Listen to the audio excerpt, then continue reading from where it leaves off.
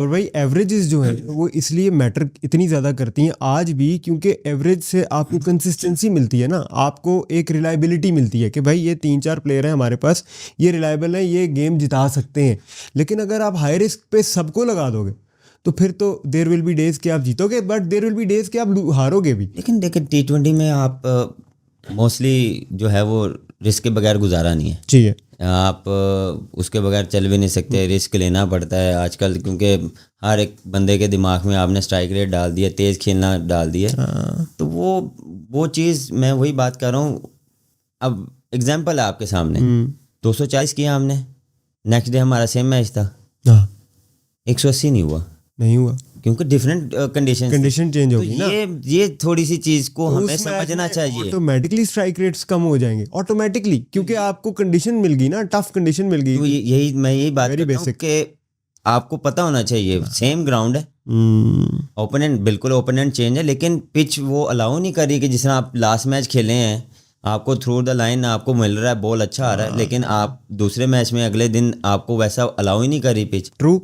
तो आप उधर मार के आउट हो जाएंगे। नहीं बिल्कुल तो वो फिर जब बैक टू बैक विकेटें गिरेंगी तो वो ऑटोमेटिकली आप पे प्रेशर आएगा। तो उसमें थोड़ा सा आपको स्मार्टली खेलना पड़ता है। राइट। आपको हाँ, जहाँ पे आप खेल रहे हैं 10 रन ओवर, वहाँ पे आप आ जाते हैं 8 रन ओवर, 6 रन ओवर, फिर आप जाके अगले लास्ट ओवर में 15 ओवर में आप जो है वो डोमिनेट करते हैं। आप विकेट्स आपके पास होती हैं, उसमें आप डोमिनेट कर सकते हैं। तो ये चीज़ मेरे ख्याल से मैटर करती है। बिल्कुल ठीक है, गेम अवेयरनेस की बात है। बाबर भाई आगे बढ़ते हैं। बिग बैश में आपका पहला सीज़न था और वहाँ पे बाबरिस्तान का एक इंक्लोजर भी था। उसके बाद हम देखते हैं कि most expensive foreigner player Babar Azam थे। तो कैसा एक्सपीरियंस रहा आपका, सिंस हम आपको प्रॉपरली फॉलो कर रहे थे, एक एक मैच भी देखते थे, ऑफ द फील्ड भी आपको देख रहे थे, तो ओवरऑल आपका कैसा एक्सपीरियंस रहा? बहुत अच्छा एक्सपीरियंस रहा मेरे लिए। फर्स्ट टाइम था और कुछ नई चीज़ें थी मेरे लिए। जिस तरह उन्होंने वो चीज़ मेरे लिए की, उन्होंने एक स्टैंड बनाया, वहाँ की सपोर्ट, हमेशा वहाँ के लोग जो है वो काफ़ी सपोर्ट करते रहे। स्टेडियम्स में लोग आए हैं उनके, मैं इतना एक्सपेक्ट नहीं कर रहा, लेकिन बहुत लोग आया।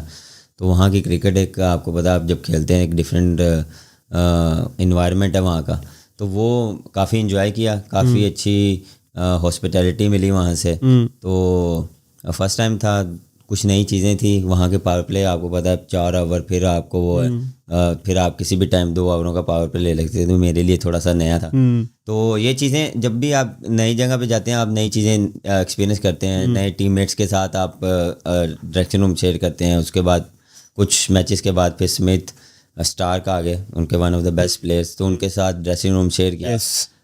काफ़ी अच्छा एक्सपीरियंस मिला, काफ़ी अच्छे तरीके से हमने टाइम स्पेंड किया। तो ये काफ़ी मज़ा आता है। तो वो यही चीज़ें होती हैं जब आप कहीं भी जाते हैं, या यहाँ पे भी किसी भी फॉरेनर्स के साथ या इंटरनेशनल प्लेयर के साथ आप ड्रेसिंग रूम शेयर करते हैं, तो कोशिश करें कि उनसे चीज़ें लें, उनसे चीज़ें सीखें। वो अगर वो स्मिथ है या मुल्तान के साथ, तो मेरे ख्याल से जितने भी उनके यंगस्टर्स हैं, वो मेरे ख्याल से गोल्डन अपॉर्चुनिटी है, उससे सीखें। वाह, उनसे सीखें कि भाई वो इतना one of the best player क्यों है, मैं आपको माइंडसेट क्यों इतना अच्छा है। यस।